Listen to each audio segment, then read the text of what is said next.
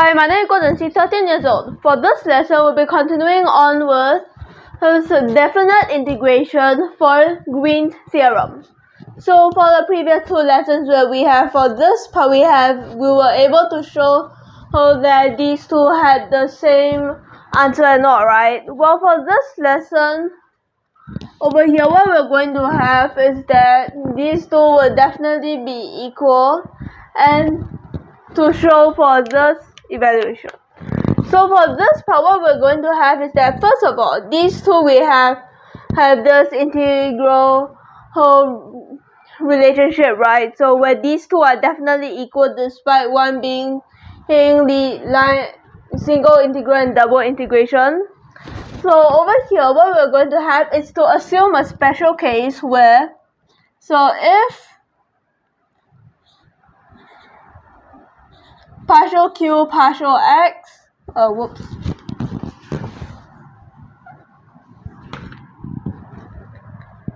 minus partial p partial x, y, is equals to 1. Over here, what we're going to have is that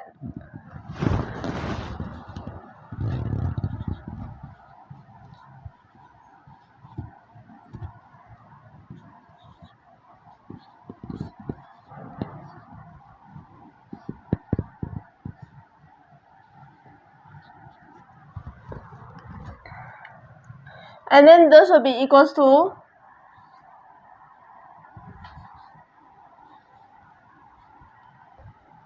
and then for this part, this will be equals to the area enclosed by 1, okay?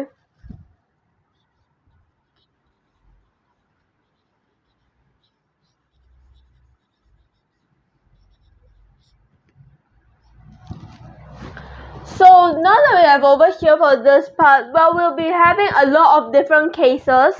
So to list like a few down,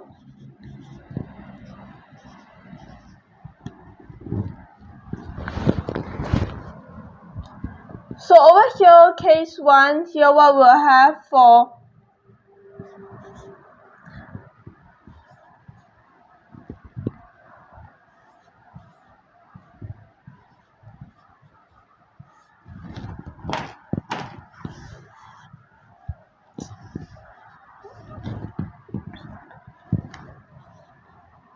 just don't mind.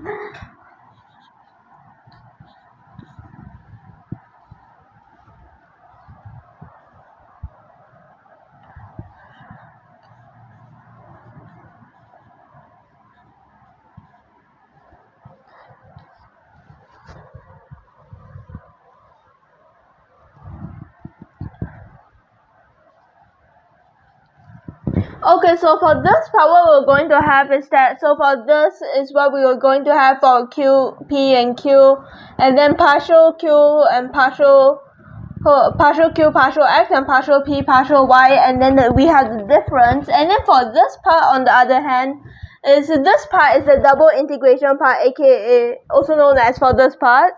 But what's going to be written down below, however, will be for this part. Okay, alright. So over here, what we're going to have is, so over here you can have 1, so here you can have a positive half and a negative half.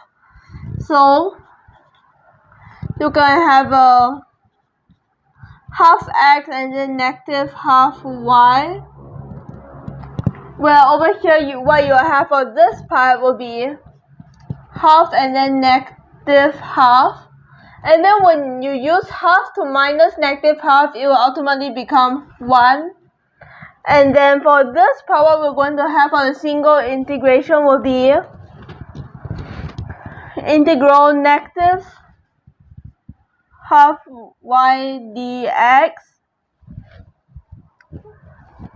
and then plus half x dy.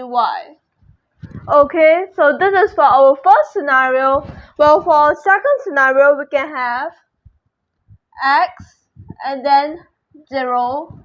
And for this part, you have 1 and 0, and thus 1 minus 0, 1. And then for this part, what you're going to have for 1 and 0, so p will not be there since it's 0. While for q, what you're going to have is x dy, and then I'm just gonna do this one more. And then for this part, you can have like the other way round.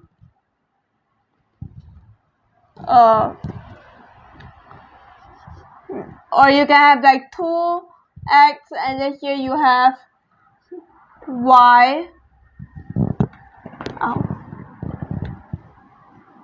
So 2x, and then you have a y. And then after that, this part you get 2, and then here you have 1, and then 2 minus 1, you still get 1.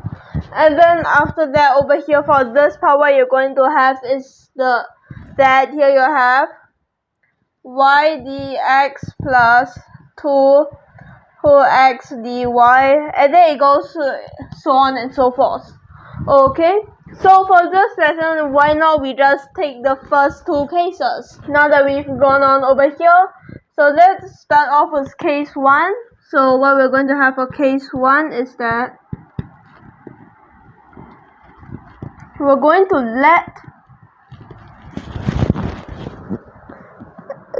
to use polar coordinates. So we're just going to let x be equals to r cosine theta, and then y would be r sine theta, like this. Okay, so what we're going to have for the first part, let me first write this part down.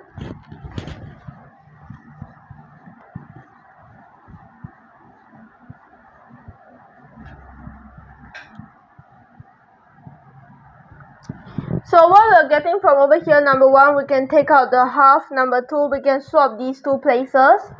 And just so you know, for this part, before we move on over here, I'm just going to roughly say about this part again. So the relationship between these two is similar to that of an equation, and however, it is also pretty different from an equation, and it's basically an identity. And there's like different type of identities, like the permanent ones and the conditional ones. So this is one of the conditional identities, and then after that, now that I've done with this part, for this area enclosed, because it doesn't necessarily have to be a circle like this circle over here. Well, it's just an area within an enclosed line. So it can be any kind of line, whether it be circle, ellipse, or even triangle, squares, all these. So now that I'm done with that part, so let's move on. We can use polar coordinates over here where we have this part, it's always be until 1. So for this, what we're going to have is 0 to 2 pi. And then here you have r sine theta d theta minus r cosine theta d theta. So what we are going to have over here is that we can basically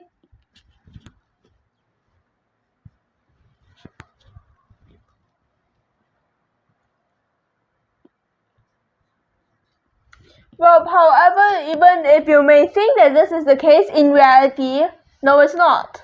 Because over here, when you change this to d theta and all, the dx also changes into, so in this case, dy, it will change into r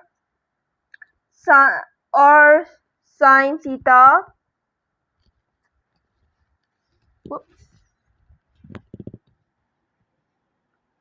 Or sine theta, and then after that minus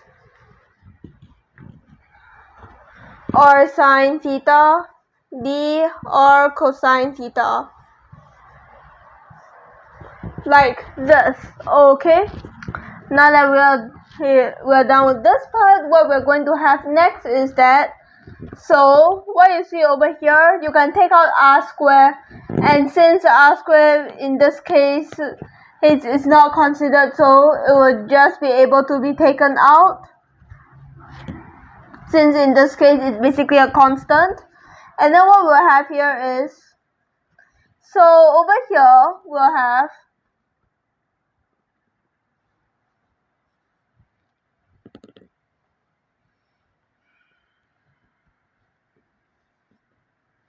so when you move this out, what you're going to have is cosine squared theta, right?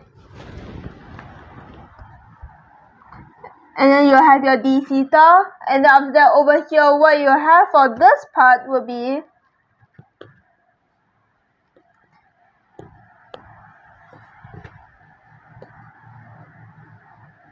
well, over here you may think it's like this, but if you take the cosine out, there'll be a negative, and since there's a negative becomes positive, and so this is what you'll get. And obviously by using the identity over here that we have, which is cosine squared theta plus cosine squared theta, I'm just going to write that down.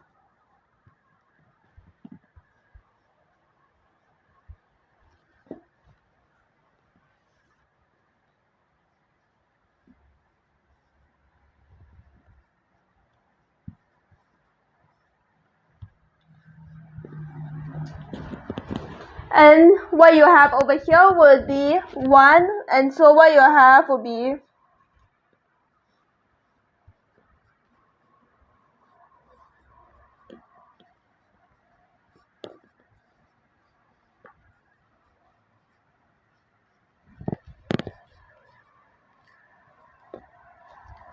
so when you substitute this part inside, you're going to get 2 pi, and so you can simplify over here where you have pi or square, and thus our answer over here. So it's if you have this special case where this minus this is equal to 1, then this is the result that you're going to have, okay? So over here for this part,